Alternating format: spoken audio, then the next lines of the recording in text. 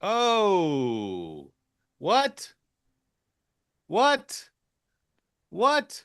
Back on Zoom? Are you kidding me? Are you freaking kidding me? Brett, Yeah.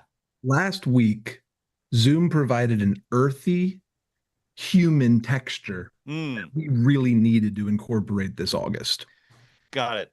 So, I must have missed a strategy meeting where this became an intentional choice and not just a um, a hurried last second, the show must go on, kind of band-aid on what is becoming just a sort of like massive chasm of incompetence over at the Movies Baby headquarters, which I take full responsibility for. I don't want people to think I'm throwing people under the bus.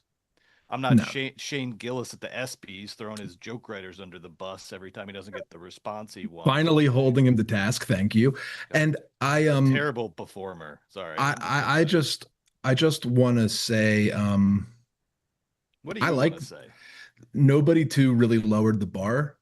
And that's just what we have to operate on. It lowered the bar. We're on Zoom. We're on Zoom until Look, look, somebody look, look, look, look, look, look, look. rectifies Here's the the thing. situation. The world is what you make of it, okay? As Ron Howard's Eden teaches us, which we will talk about a lot today, the world is what you make of it, okay? So Galapagos can be heaven, it can be hell, just like movies, baby, is what we make it. And here's the thing.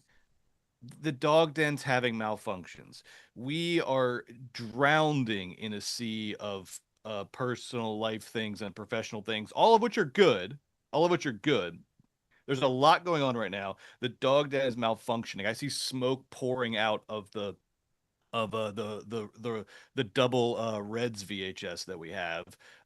Smoke is just pouring out of that Reds VHS. I don't know why, but the Yeah. dog den is just completely malfunctioning. Okay, our life is in complete disarray, but It's just a small technical hiccup that we're going to get solved are really we real not quick. here? No, Are we not we're men? here. No, Are we not here ready to talk about the movies, baby? we're here. And honestly, That's like, all that matters. dude, the only thing getting me through these busy times is watching an obscene amount of movies. Thank you. Thank you. Okay. Yeah, So if right. anything, the the method, the medium is the message, baby. Okay. The movies must go on. They have The to. movies must go on. Okay. And talking about movies is what keeps us alive in the Right. midst of all this chaos. So the very sort of fact of our of all of this shit that is going on, all of these technical problems and these life things and these professional things going on, the fact that we are still here to talk about Ron Howard's fucking Eden and Ethan Cohen's Honey Don't, Yeah. despite Well, all the, yeah, I didn't see that one. despite all of the disarray, all of the bigger things going on in the world. That's the point. That's the point. The movies must go on, and conversations about movies must go on. It's what keeps us alive. I'm living. I'm right here. I'm actually insanely ready to. The only thing I can do right now is talk about movies passionately for like an hour That's and a half, it. 2 hours. That's That's all we that's all I have. have like the That's all we capabilities for. have. No, like honestly, like let's let her rip. I'm ready to talk. I'm ready to feel. I'm ready to live. I love this. Okay, Joe, you ready to get this show started? Birth me. Here we go. Let's fucking go, baby. Birth me. Gabe, play that theme song.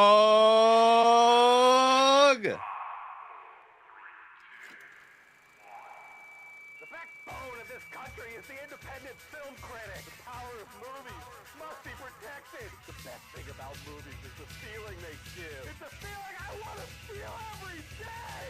Movies, baby! Movies, baby! Movies, baby! Movies, baby!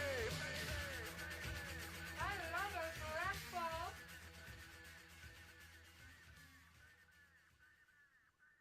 You're muted. I was being a good boy during the theme song. Welcome to movies, baby.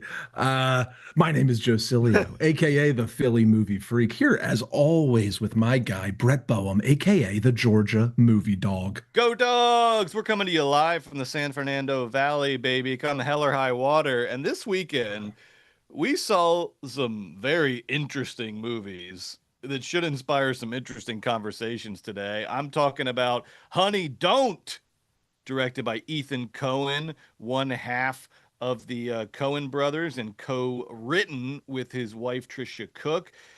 We're also going to talk about Eden, a movie that if you don't know that this movie exists, let alone is in theaters right now, we wouldn't blame you. But Ron Howard, one of the most sort of prolific, accomplished studio directors of the last 25 to 30 to 40 years, Sure. um, has a new movie out and it's got a lot of stars in it and it's a big swing and it's called Eden. I saw it. Joe saw it. There was three other guys in my screening. I cannot wait to talk about Eden, despite sort of not making a ripple in the waters of movie world. Um, this I'm more excited to talk about Eden than almost any movie we've watched all year. I don't know if you feel the One same of my way. favorite movies I've seen so far this year. Not Honestly, not because it's like yeah. really good or anything. It's just like maybe it is. We'll talk about it. Maybe it is, but I don't Maybe know. it. We'll Like, talk about it. I could not believe what was happening in Eden, what I was seeing. We'll talk about it. I loved it. And then in the second half of the show, okay, this is big. This is really like, look, step aside, Eden. Okay, the real main event, The real main show. event, the real show today is in the second half of today's episode. This is for Patreon subscribers only. On Weekend at Bergman's, our bonus show where we pit an art house movie versus a popcorn movie. We have to tell you which one we like better. This is the big one. I don't even the art house popcorn thing is kind of dissolves in the face of this showdown because these movies all are sort of both and neither. It is the first time ever a quadruple battle royale. Usually Wow. we do 2 movies. Sometimes we've done 3 movies. We've never done 4 movies, and we've never done 4 movies, certainly of this caliber. Blade Runner versus RoboCop versus Terminator versus Scarface. What the hell, Joe? It was a good week at my house. Those are Nah. 4 great movies to watch in a row. I'll tell you. It was an amazing week. Yeah, I don't know banger. how we're gonna pick a winner. Yeah. We gotta get there. We gotta get there fast. So I want to leave. We gotta leave at least like an hour to talk about these 4 movies. All right. So it's gonna be a big, huge Bergman's this week in the second half, but only for Patreon subscribers. Sign up at patreon.com/movies baby with 5Y. But first, a little late August mint chocolate on your pillow. That's a right, little baby. movies baby for That's you. right, baby. It was actually an interesting weekend at the box office. Let's look at those box office numbers, Gabe. Show me the money if you don't mind. Here we are. Okay, so, Joe, we have yet to reckon because Yeah. it was straight to streaming. Right. We have yet to reckon with the phenomenon of K-pop demon hunters, but here it is on our doorstep now because Netflix of all people, Yep. did a theatrical release for one of their movies. Very rare, extremely rare. Greta Gerwig had to break Ted Sarandos' arm to get the Narnia deal done for a theatrical release. But now they have this big hit movie over the last couple weeks called K-pop Demon Hunters. It is an animated movie. It is their second most watched movie of all time, behind Red Notice, which is not Red One, which is on Amazon. Mm. Red Notice. Remember that one with like Gal Gadot and Yeah, yeah. Who was The Rock, Leonardo I think DiCaprio? The Rock was in it. No, Leonardo DiCaprio was not in it. But it was Are you sure? Like, was it like Ryan Reynolds? I don't know. it was like maybe Chris Evans or Ryan Reynolds. I don't know. I don't But know. it was some streaming trash, and that's the one that most people watched. But K-pop Demon Hunters is already their second most watched movie of all time. I watched this thing this weekend, Joe. Have You seen it did? yet? Yeah, have you seen it yet? No. It fucking rocks. It's like Okay. really good. It has the best premise I think of any movie this year, which is that Better than this one- Eden? tied with Okay. Ron Howard's Eden, but it is about a like K-pop super group, a girls group, a super group that are hugely, it's like Blackpink or whatever, one of these like big K-pop groups, and they are also secretly part of this ancient lineage of demon hunters. Cool. And their music, like these like big bouncy stadium K-pop hits, literally like creates this like veil over the visible world that like keeps the demons at bay. Like the Cool. music is the thing it's like an incredible premise. And then the demons come up with a big plan, which is the demons create a boy band supergroup. You're and kidding. And they're gonna like fight fire with fire. That rocks. It's the best premise ever, and it's like it's from Sony did the animation, so it's very much like Spider-Man Into the Spider-Verse, like just very like trippy, slick kind of animation. It is funny. It is interesting. It is looks cool as hell, and there's a bunch of original songs that are now like climbing number up the one billboard. songs. Yeah, Yeah, like they're like the biggest songs. Not since the Encanto soundtrack has a soundtrack so captured the public imagination. So Brett, I'm sure you heard, but just to say, do you know Sony like gave up on this project and gave it to Netflix for peanuts? Yep. It's been the number one movie on Netflix worldwide for 8 weeks running. And then it went to theaters, and then it grossed $18 million domestic. Massive, massive. Brett, that's not how theatrical distribution works. The whole point of the Greta Gerwig deal is let's Yeah. go to theaters for the first 2 weeks so everybody doesn't see it, and we can make money on the theater thing and make it eventized, and then it can go to streaming.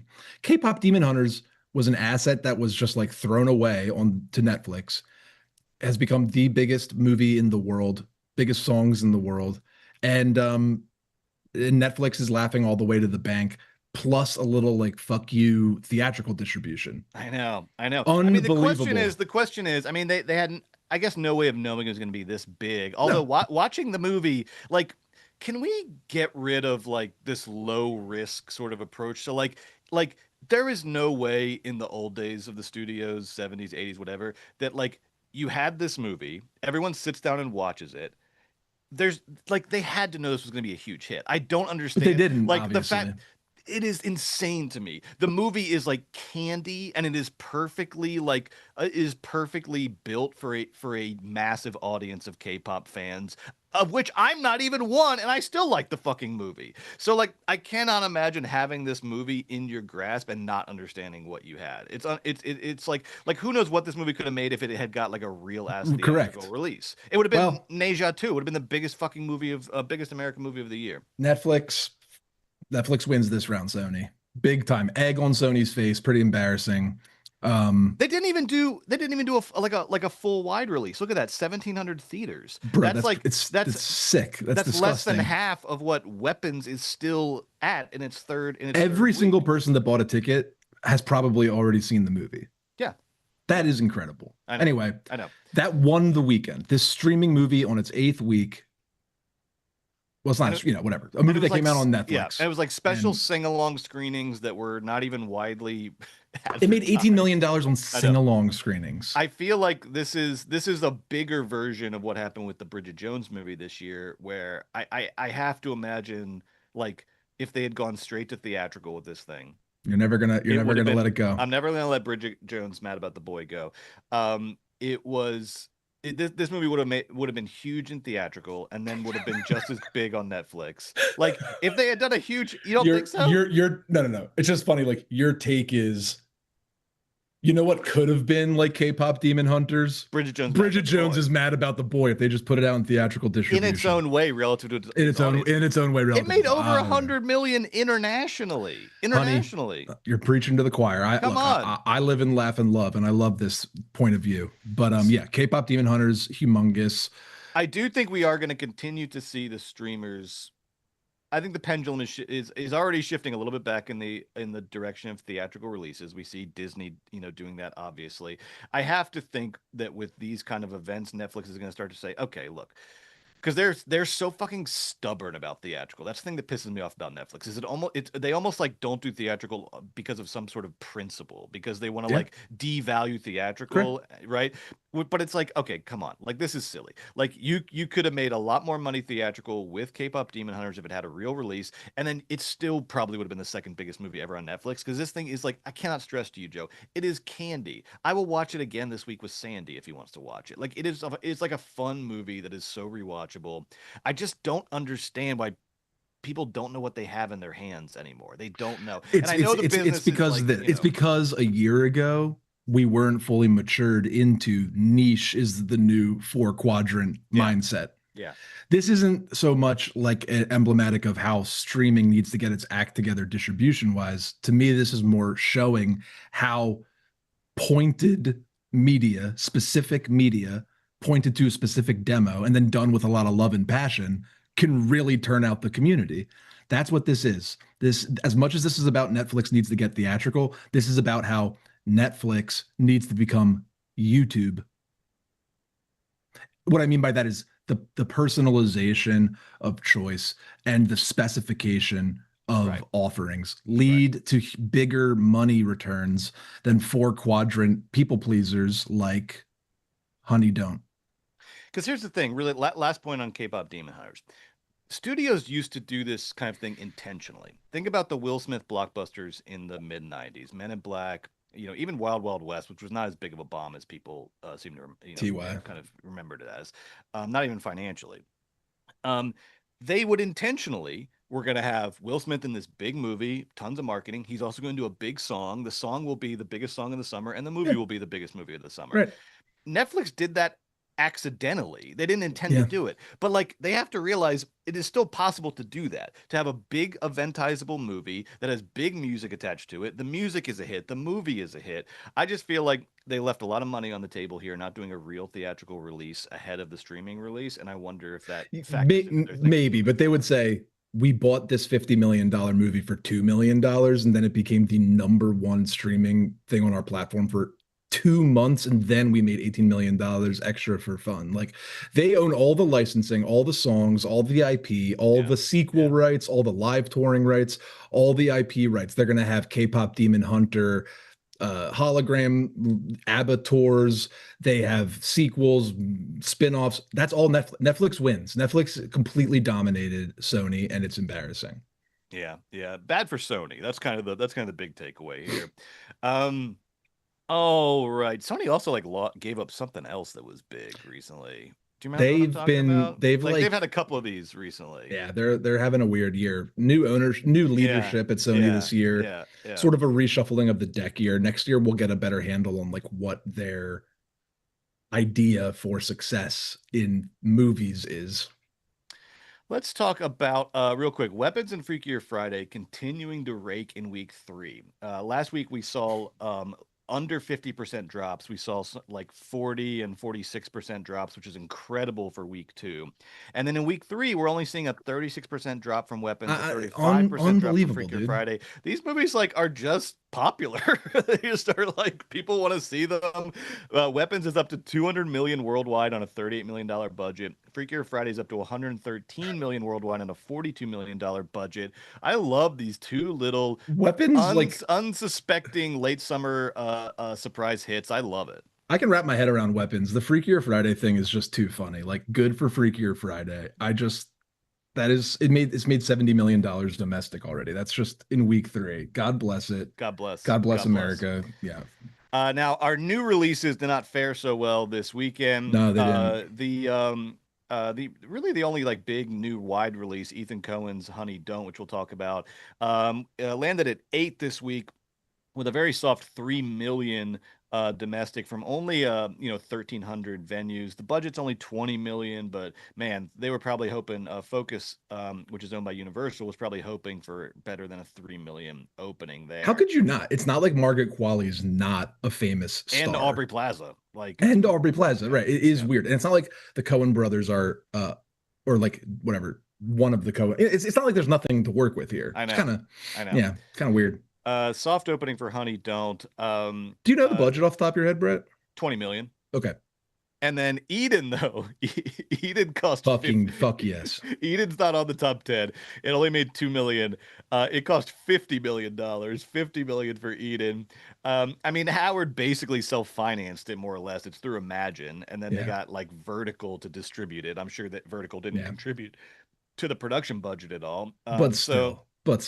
So this is kind of, we're getting sort of a lot of Megalopolis. This is I was going to say later. Ron Howard's Megalopolis. But this, like, you were like, oh, highest to lowest is Spike Lee's Megalopolis. But highest to lowest, like, ultimately at the end of the day, that is a movie that my mom and my dad and my sister and me could all watch and enjoy.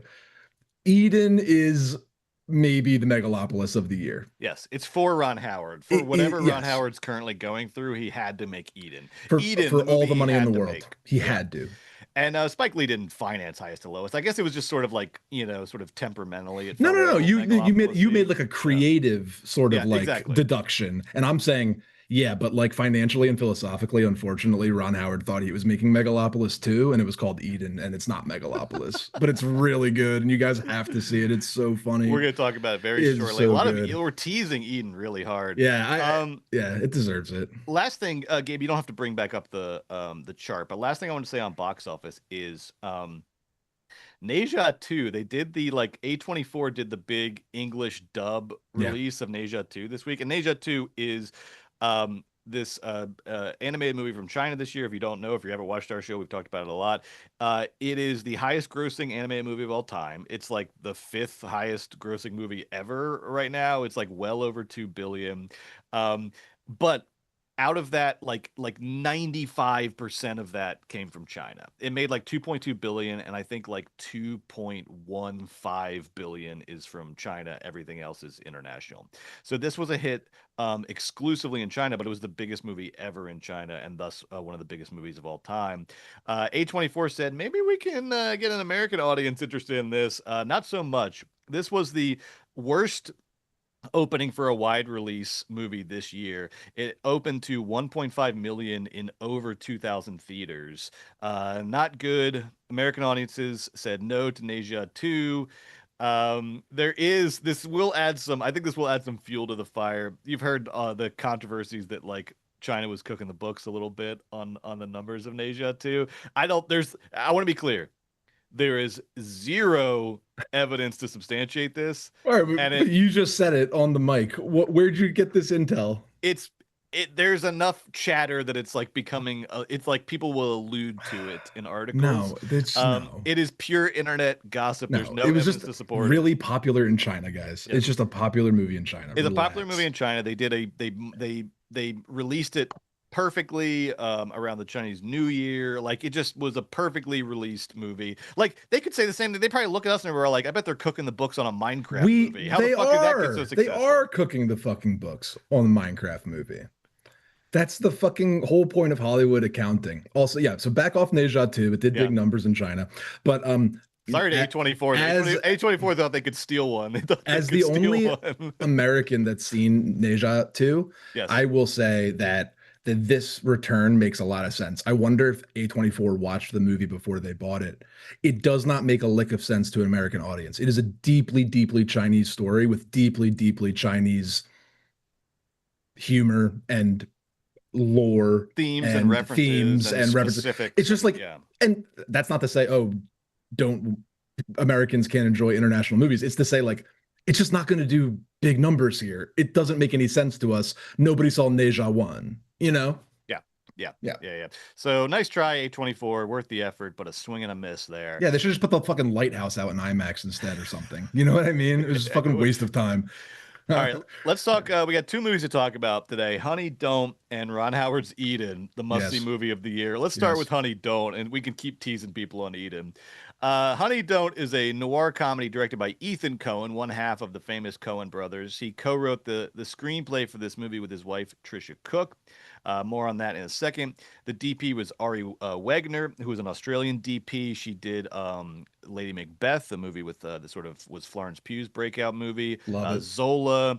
Love it. She also was Academy Award nominated for Power of the Dog, and at the time was only the second woman in history to get an Academy Award nomination for cinematography. The film stars Mark. Really? Oh yeah. Every Now- time one of those facts pops up, Isn't that crazy? It's always like, are you sure? Yep. Okay. There have now been three. The woman who DP'd Elvis was the third, but so Best far movie. only three. The film stars Margaret Qualley, Aubrey Plaza, Chris Evans, and Charlie Day, and was distributed by Fucking Focus Captain America Features. was in this movie. It made $3 million. So let's give some background here, because what's going on? Because a lot of the discussion around Honey Don't has been this like, what happened here, and what's going on, and what's up with the Coens?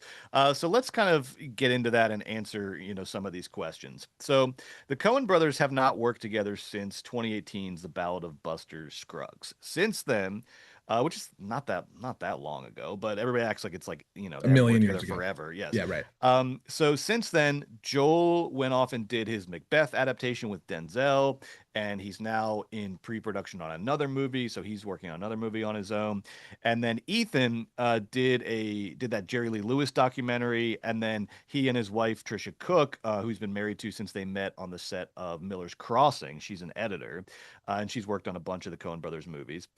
They have been doing what they termed a lesbian B movie trilogy, which started with Drive Away Dolls in 2024, also starring Margaret Qualley, and then will conclude with a movie called Go Beavers, which they're already in production on. Now, Cohen and Cook have a what they describe as a non-traditional marriage. She is queer. She identifies as a lesbian, which kind of explains like their personal investment in doing this lesbian B movie trilogy. And they said they've had the concept for this trilogy in their heads, sort of rattling around for over 2 decades. And initially, they conceived of these movies as a way to explore genre filmmaking from a queer perspective. Trisha Cook told the New Yorker that their approach was to reclaim genre from the straight male gaze and to channel the aesthetics of B movie absurdity through a lesbian lens. Now, um, I I don't. Joe, did you see this movie? No. Okay, so I'll tell you. Did you see Driveway Dolls? Yes. Okay, so pretty similar to Driveway Dolls and a pretty similar critical response. I guess maybe a little more lukewarm than I think people like Driveway Dolls a little bit better. They did. I don't have a wildly different take on Honey Don't from most of the critics who have written about it. But I do have a slightly different take on the whole sort of like what's up with the Coen brothers thing. But in terms of the movie itself, like every review, it's one of those movies where like every review you read is kind of saying the same thing, and I kind of am gonna just say the same thing again, which is that um, this movie is very much in the mold and style of the Coen brothers, like screwball-y stuff. It's very much in the mold and style of Raising Arizona, Intolerable Cruelty, Burn After Reading. I mean, even like Hudsucker Proxy, Oh Brother. It is sort of aspiring to and in the mold of that style.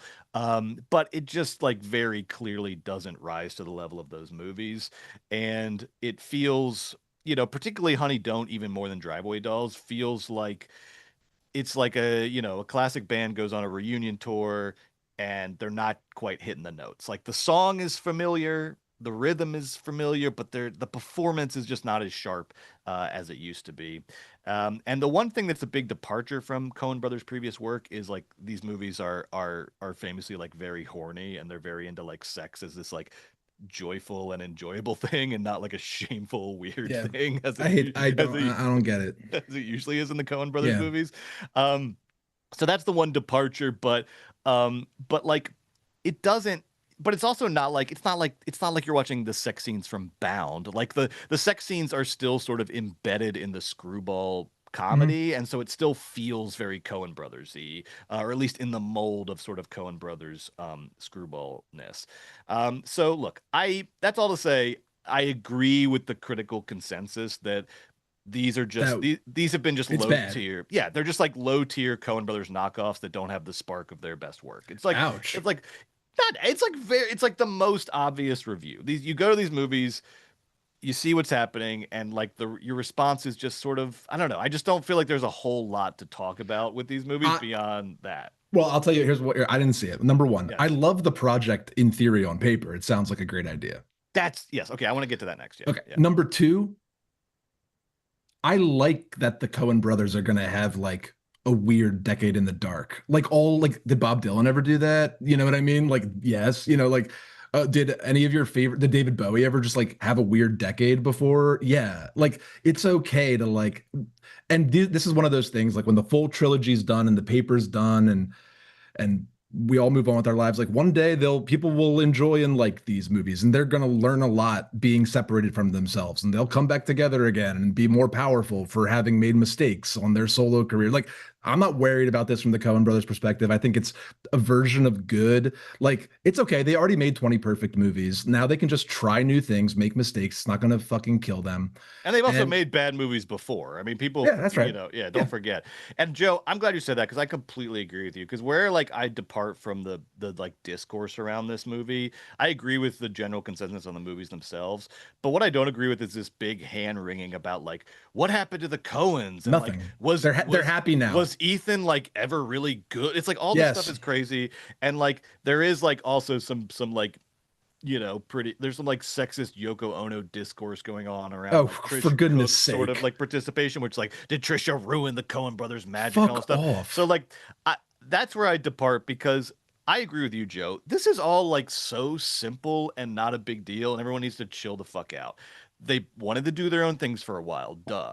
You are absolutely right that this project is very cool on paper and in theory and was definitely like worth a try. Yeah, why not? Like what would you like Trisha and Ethan are just gonna like die never having done their big like dream project? Like let them do their dream project. Like who Yeah, gives a shit? Like not this me. is a cool idea. A lesbian B movie trilogy where you're fucking around with like genre and gender. That's awesome. And it's like, nobody had a problem when Tarantino went and did Death Proof. This is like a similar like let them do their little side projects, let them fuck around. And I know Death Proof was like not bad, but it's just Not like bad. Top three Tarantino, baby. okay, that's pushing it. But like, look, this is not a big deal. Let Ethan and Trisha do their fun like side project. Yep. And like I think like the only thing I can say about like why these movies didn't work because that's also the big mystery is like did like it was is Joel the genius and like Fuck Ethan off. doesn't Yeah, have is what? Ethan Bill Belichick and Joel is Tom Brady, like what's going on here? Like the reason these movies like don't really work is actually I think like pretty obvious. Number one, they they should have come out 20 years ago. It's like it like makes total sense that these are projects that they've been working on for 20 years because those projects like that can become Eyes Wide Shut, a thing you've been working on for, 20, 30 years. But the difference with Eyes Wide Shut is that Kubrick kept updating the idea of it over time. And like Cruise and Kidman was such a fun way to sort of like make the project feel urgent in the moment that it got made. Whereas Driveway Dolls and Honey Don't feel like projects that would have been more interesting 20 years ago in the era of Bound and But I'm a Cheerleader and that kind of like first wave of like American Mm, indie lesbian cinema that like mm, broke into the mainstream. It okay. feels like the idea was like born in that era. I mean, the timing works out, and it feels like they would have sort of had more oomph in that era. Maybe. Whereas, like, I think to release them now in 2025, they needed a little bit of a fresh coat of paint and they didn't get it. Hmm. There is, particularly in like, I mean, more so in Driveway Dolls than Honey Don't. There's a point in like, in Driveway Dolls where you're like, I'm fine that they're lesbians. Like I don't like just like do the movie. Like there's a lot of sort of like there's a lot done around the fact that the characters are gay that feels like it is unnecessary in 2025 when like queer media is sort of more widely available and has broken into the mainstream more than it was in the late 90s. So I just don't think these movies got like the update that they might have needed, in the vein of like an Eyes Wide Shut or something. It feels like a project that is sort of stuck in its original iteration and didn't get sort of made in the moment that that it got made in, or didn't get sort of like adapted to the moment it got made in. The other big reason that Honey Don't doesn't work is it doesn't have the fucking cast. It doesn't have like they have Chris Evans and Charlie Day playing the like Steve Buscemi and John Goodman roles. It's like Mm. they're writing Coen Brothers characters and then but they don't have like their troupe. They don't have like the actors to kind of make it work. Um, How's Quali? Here's the thing. Quality I don't think is bad, but I loved her in Drive Away Dolls yeah, just for the fucking swing of it all. exactly. I don't Yeah. think she's bad. She's definitely doing like Marge Gunderson, Yeah. George Clooney and Oh Brother. She's like doing a hard character. She's doing like a Yeah. real character, a Okay. real Coen Brothers character. She's not bad, but she's also not like killing it. Like she's not bad, but she's not like sort of getting to the level of the again, it just like it doesn't get to the level of previous Coen Brothers movies, and it's gonna like exist in the shadow of those movies because the style is so similar and the story and the sort of Right. mode is so similar.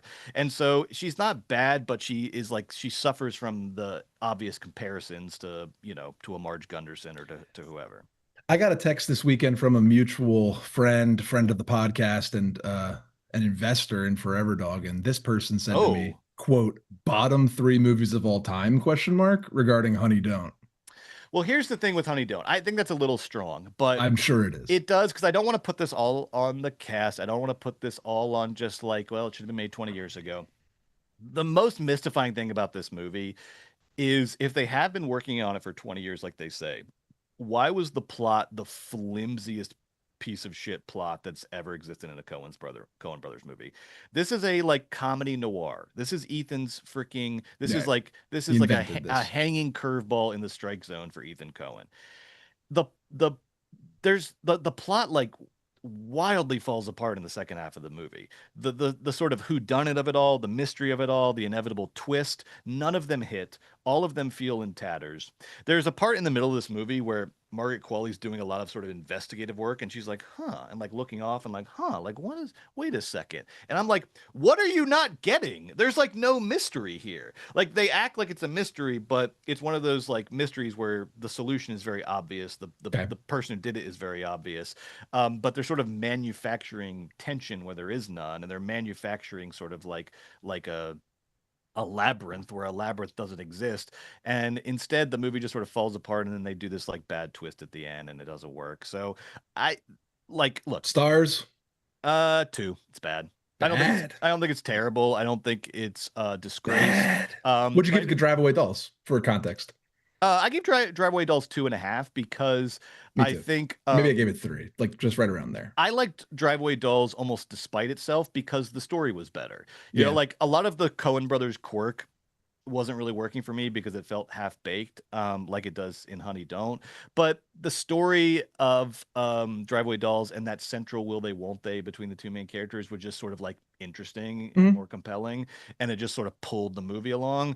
Whereas Honey Don't, when the plot falls apart, there's just nothing left but this sort of like second tier. All right. Well, then we'll have to just, it's all riding on Go Beavers. Maybe Go Beavers Look, is just like, oh, it just opens Honey Don't and Drive Away Dolls to the nth degree. And we're like, oh, I'm on board. I am, again, I love this project. I just Okay. they just like need to bring their fucking A game to the dream project. Like here's my big thing. If this is your lifelong dream project with you and your wife, act like it. Fucking act like it. Bring the fucking goods next time. Bring the A game to Go Beavers. Let's go. Let's go Beavers. Maybe they I'm will. down. Maybe they I'm will. down. All right. Let's talk about Eden, the movie we've been teasing all episode. This movie is directed by Ron Howard, heard of him, and Yeah. written by Noah Pink from a story that they came up that they worked on together. It is a true story. It's based on the true story of these European settlers who are all very different. One's like a roguish scientist philosopher. That's Jude Law and his wife Vanessa Kirby. One is like this like sort of, I don't know, hardworking family. Like, what is their deal? Yeah, okay, right. So this is all 1941. So people are being displaced by No, the Nazi regime. No, it's earlier than that. It's post World War One. So it's like it's Yeah. Well, they sorry, it's like are- it's approaching World War II. They don't Yeah, like the yeah, rise of yes. fascism. Yes. And they are going to extricate themselves from society. Jude Law goes first, and he sort of becomes this jungle man and becomes self-sufficient. And then his myth gets published in German and European newspapers, and it attracts this like well-intentioned family with a sick TB boy, and that is Sydney Sweeney and what's his name? Daniel Bruhl. Yeah, Daniel Bruhl, handsome Daniel Bruhl, and then the little boy, and they come looking for Jude Law, and then Jude Law's like, "Get the fuck off my island!" But they're not the only people that come. Oh, because the last people to Don't arrive- forget the Baroness. Oh, so Anna de Armas shows up, and she's like I love this movie. roaring 20s Yeah. Baroness. She's sexually liberated. She's got some guys with her, and She's then got two guys just like they're banging like- her in the ocean, like Yes. as like for the establishing shot. Essentially, She shows up. Yeah, before all right. Before we when Anna de Armas shows up, like, so you have like all of these like rugged sort of island people, and then she shows up and she's like, "This is mine," and then she just fucks her two handsome associates, assistants in the water, in the ocean. They're just That's like the having a best. threesome Like, in the water. like full whatever, no need to be graphic, but everybody having sex at the same time in the water. And then So it turns out that she wants to build a hotel, right, Joe? She wants to build like a she's big building a hotel. giant private hotel, and she's brought her entourage to the land. So it's like she brings like 4 guys, 2 of them she's having sex with, 2 of them that like are also working for her, and she's going to build this like exclusive hotel, quote, only for millionaires on the hotel. But She's going to build Mar-a-Lago in the Galapagos Islands. This is like Fitzcarraldo. Like Ana de Armas is like doing a Fitzcarraldo. She's doing a Fitzcarraldo. They're all doing a Fitzcarraldo. So now we have this like triangle of neighbors on the Galapagos Islands pre-World War II. So you have Jude Law, the philosopher man. You have Daniel who shows dick in this movie, by the way. We get full frontal Jude Law, which I went back and checked. I think is the first time we've had full frontal nudity in a Ron Howard movie. Joe, keep talking. I'm going to double check. Well, there's that part in Inferno when he whips it out to scare Dante's ghost. But okay, so then. Okay, sorry. So there's the triangle of families. So there's so there's Jude Law's like the philosopher man, and his mission on the earth, why he went to the Galapagos, is to finally have peace of mind, to write a treatise on what humankind needs to do to like persevere or whatever. And he's like a tortured philosopher on the island. Daniel Bruhl and Sydney Sweeney are like the young, hardworking Germans that are just like making a go of it. And then Ana de Armas is the like, the capitalist sort of, frou-frou rich asshole. And then all the class and all of the philosophical dynamics, all of the sexual dynamics, all of the gender dynamics all come to light via all these three groups of people living on the island. Who's taking whose fresh water? Who stole my thing? Sydney Sweeney gets pregnant. The Sydney Sweeney birth scene in this is even better. It's even better than Immaculate. It's the best birth scene ever. It's so fucking funny / scary. I texted Joe and Gabe after this movie. I was texting them a lot of like little teasers for Eden, and I said I'm not going to ruin it, but I will. The one thing I will say is my favorite scene is the scene where Sydney Sweeney has to give birth on the island, and then she gets attacked by wild dogs while she's giving birth. Like her water has broken. She's giving birth because her husband's off doing whatever, like hunting or something, and so she has to give birth with one hand. She has a stick, and she's like fending off these wild dogs, and with the other hand, she's like leading her baby's head out of the birth canal. Yep, is that. And then she catches the baby, and there's not like 3 rabid dogs. There's like, I swear to God, like 20. They're all like, and Ron keeps cutting to them like, and like Sydney's like, and then she like holding up her baby, like you think it's dead for a while. Brule's like slapping it in the face. The dogs run away. Oh my God, the baby lives. The baby lives. So this is all based on a true story, and we know that. I have something to say about that. Oh, go ahead. Is it not? No, it is, but I want you to know none of this is true and none of this happened. It is based on a true story, but that story is fake. There's no way this happened. It's not true. They do a lot of like accounts differ, and this person said this thing, and this person said this thing. No, but we do get the funniest. Maybe my favorite. There's a lot of like cinematic tropes in this movie that are like one of my favorite. It's like my favorite version of the trope maybe ever, and one of those is. At the end, they do they show the real picture of Sydney Sweeney, of who Sydney Sweeney's playing. And I was like, that was a real person. And then it's like, and Mariel lived on the island until she was 93 years old. Like, what? Ended up building a hotel on the island. And she built the hotel. So it's like, okay, so she didn't learn the lesson of the movie? You know what I mean? I know. It's like she stole that bad idea and then made it real. Like, so is there still a hotel in the Galapagos Islands you can go to run by Sydney Sweeney? That's crazy. And can you ask her about giving birth surrounded by wild dogs? Surrounded by dogs. Okay, anyway, so Brett, why is this movie work? So here's the thing, because everyone this weekend was talking about like, what's up with Ethan Coen? What's up with Ethan Coen?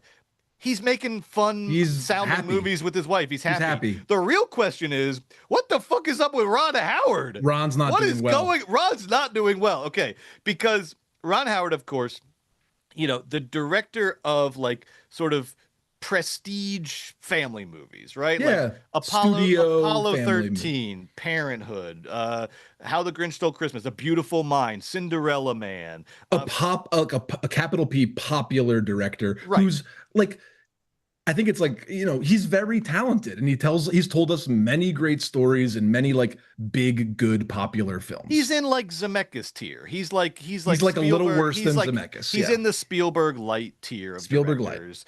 And I think the darkest he's gotten before this has been like Frost Nixon, maybe, which is like, Well, kind of never forget that our favorite movies are Da Vinci Code, okay. Angels and Demons, and Inferno. Yes, but those are like we love these movies. Secretly dark and weird, but have the veneer of like a pop sort of movie. We love this. Those. Is like Eden is like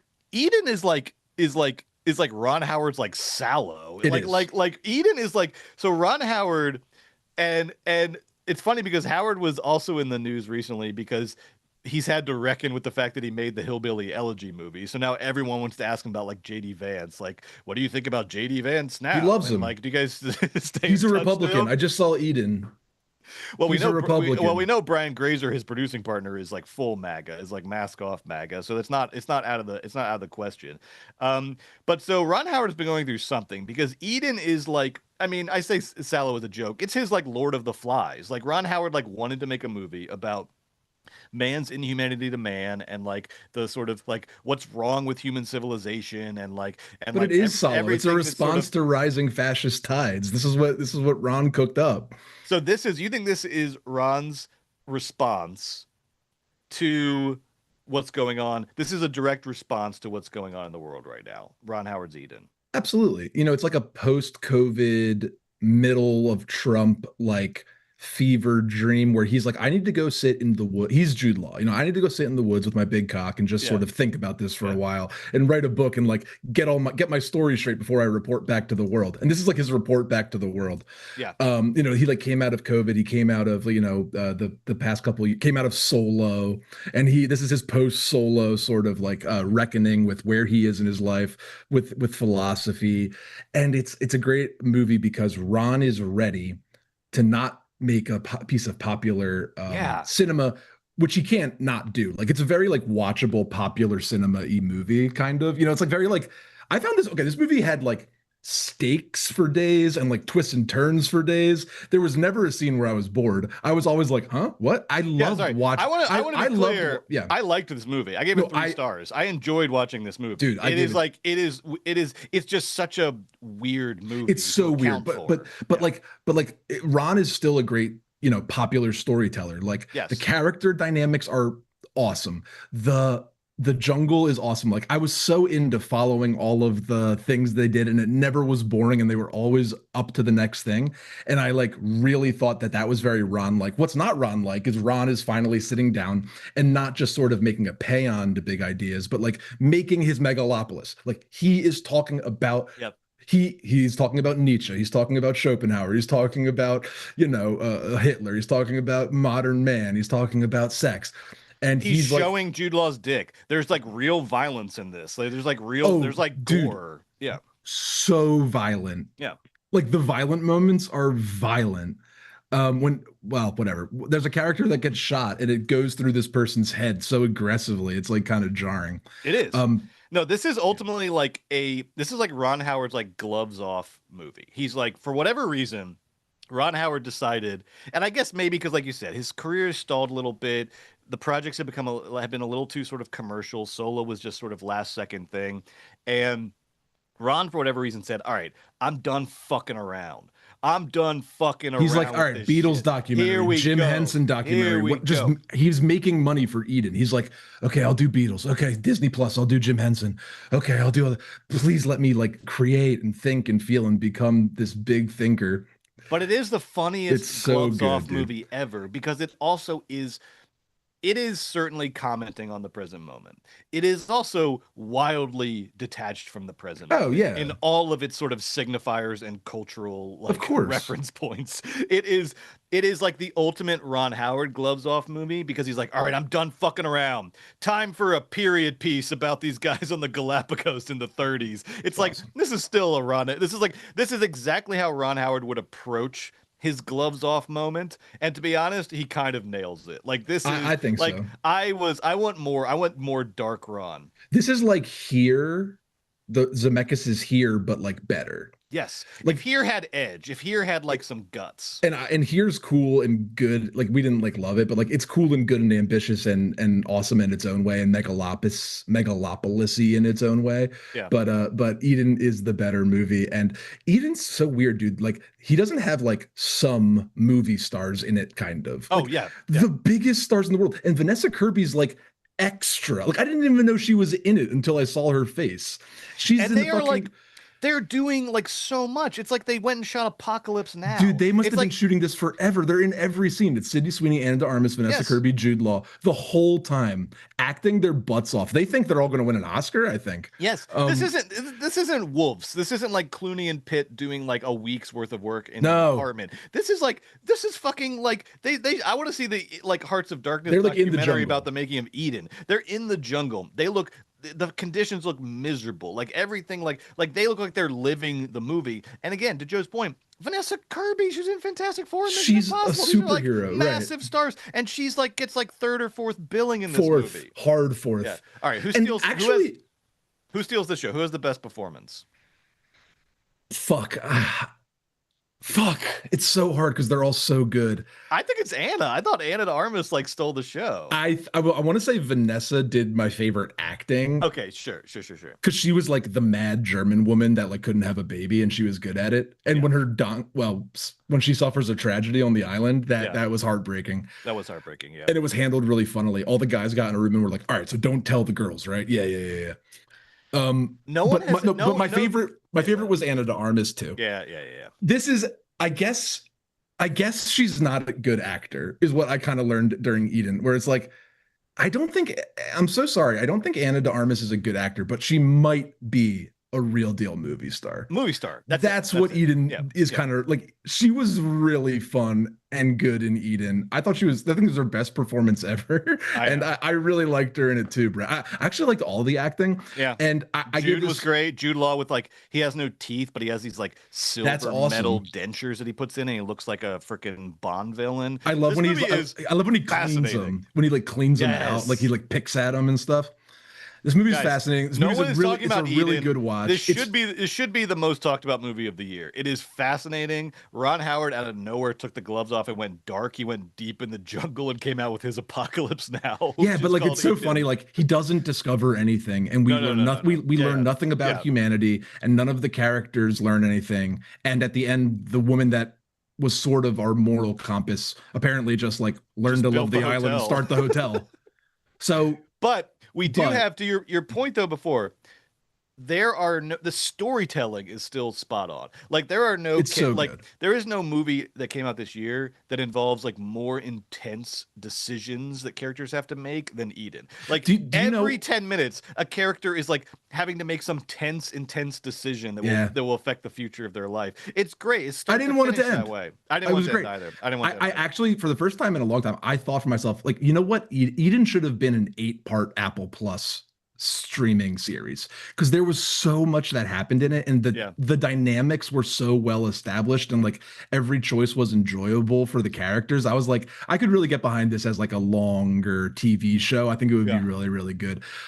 Anyway, I'm on board with what happens next with Ron Howard. I suddenly like a guy that I could not give a shit about a week ago. Now I'm like, okay, Ron, let's see what else you got. Well, I don't know if he'll ever make a movie again. It made $0, and nobody's might bankrupt Imagine. We got to go because we have like 4 movies to talk about. But like, we have to come to terms one day with like movie stars and what that means. And like, so if Margaret Qualley movie opens for 3, Anna de Armas Ballerina flop, Sydney Sweeney 2 weekends in a row her movies perform around $1 million, Americana and Eden. Jude Law. Joe, I mean, like who are our movie stars? What do you market? Well, but here's the thing. How does marketing work?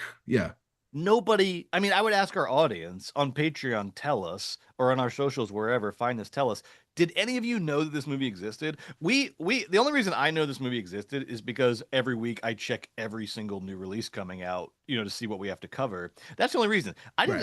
There were no like we go to 2 or 3 movies a week. I never saw a trailer for Eden in theaters. Did you see a trailer for Eden? No, apparently this already came out in Europe a while ago. It's already on PVOD in Europe. I think this thing will be on PVOD here next week. And like, it'll make just $0. Like it didn't sell. I remember when this was at festivals, no one was picking Yeah. it up. Everyone kept it at arm's length. I guess It got distributed by Vertical. What I like guess, like, it I don't didn't know even what get studio distribution. did the studios think it was really bad, and that's like, I don't know, there was just a lot to, like, maybe it was too expensive, like they were like, it's never going to do 50. Like, why 50 did is they not a not huge budget though why with didn't those they make stars. this movie has like things in it and people in it that you could market. I I don't know. It wasn't like so confusing and weird. Like, we keep calling it Megalopolis, but we're being tongue in cheek. Like, it's not like Megalopolis. It's like, it's a Yeah. story. Anyway, I don't know, Brett, but anyway, Because I don't know. three stars and a heart for my favorite movie of the year. 3 stars and a big fat Eden. thumbs up for one of. Here's yeah. my thing, guys. You don't have to go to the movies if you don't want, although I suggest you do. But when this hits streaming, You or kind you're of on, have to go to the movies. you're I'm on an going to amend airplane, that. As like a citizen in the 21st century, you have to go to the movies. you got to see Eden. You got to see, is what I'm saying, is you got to see Eden. That's See what Eden. I'm saying. See It's Eden. it's really good. Come on, It's- let's give it- Eden the old movies baby bump, baby. Come on. Come on. Come on. It's fun. Go see Eden. It's fucking And look, good. we're not saying it's like the best movie ever, No, okay? but it is my It has favorite. a lot of flaws, I love but it. it is an experience, and it's fun to see Ron getting wild. I don't know what's going on with How Ron. about this? Yeah. 1 million times better than Fantastic Four. Oh, for sure. For Like, sure. Every minute of Eden is interesting, and you're not going to be bored, even if it's bad. It's still like interesting and good. And Anna de Armas just like goes for it. Dude. When they started And doing that it's so threesome weird. in the water, I was like, this movie rocks. Dude, What is when happening? and then they carry her like Cleopatra, like out Yes. of the ocean, like four Yeah. guys on like a thing onto the Galapagos. Anyway, all right, watch Eden. All right. That's all right. So speaking of big movies, okay, coming up on Weekend at Bergman's next. This is huge. This is huge. We have our first four how do I even say this? A quadruple battle royale. Okay, 4 movies. We've done 2, that's standard. We've done 3, that's rare. We have never done 4, and we've never done 4 this big.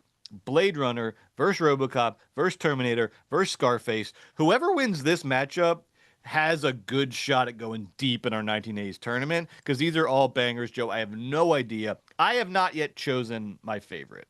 I'm letting the this is one I have to let the discourse dictate. I got to let the conversation dictate. I don't know which one I'm going with. I'm We'll actually see. I'm between 2 as well. I'm honestly could go in 3 different directions. Really? All right, well, at this let's go moment. talk. I got to At hear this about moment. this. Okay. All right. So this is only on Patreon, patreon.com/moviesbaby with 5 Ys, and a little announcement about Movies Baby for all of you out there watching. We are going to take a brief break from Movies Baby for the next couple of weeks. We got because here's what's going on. We have some, like, again, all good stuff, but there's a lot happening in our lives and in our jobs, and there's just a lot going on. It's like perfect storm time in terms of responsibilities. In addition, we have a little lull over the next few weeks in terms of movies. We're kind of between the summer and the award season movies.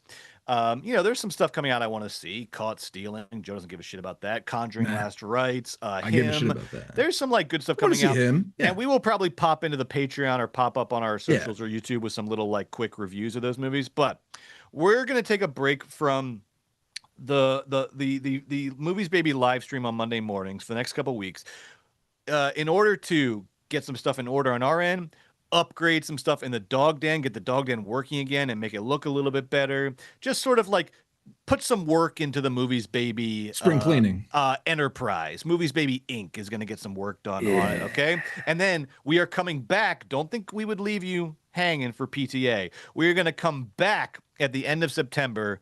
Our first episode back of Movies Baby will be for PTA's One Battle After Another. So we're going to come back in a big way. We're just going to take a couple weeks off, okay? Work on some stuff with the show, work on some stuff elsewhere, and then we'll be back for PTA's One Battle After Another at the end of September. But we are not stopping Bergman's. So if you're on Patreon, we don't want you to leave Patreon. Please, we need our Patreon subscribers. You help the show going. Please do not abandon us in our time of need. And we're going to give you something in return, which is continuing to do weekly episodes of Weekend at Bergman's this whole time. Next week we got Harry and the Hendersons versus Hannah and her sisters, which will be Good. a blast. And then we'll have weekly episodes for you on Weekend at Bergman's, only on Patreon, only on Patreon. And so, look, it's a small break. It'll be over before you know it. We'll be back in your lives talking about PTA movie, and then it's in the thick of award season. Can't wait. Smashing Machine, Marty Supreme, Sentimental Value, tons of great stuff. Oh, And this is like these are the movies coming out next week, but again, we won't be here to talk about them next week. But Caught Stealing, Jay Roach did a War of the Roses remake. yeah, it looks like a lot of movie. Looks like a lot of Yeah. movie. The Toxic Avenger remake directed by Macon Blair. So some fun stuff. We will pop in, give a little reviews on Patreon as we can. But the full episode, the full Movies Baby Show will not be back until One Battle After Another at the end of September. Enough of that. You guys get it. You get what's going on. You don't hold it against us. We're all here for the same reason, because we love movies.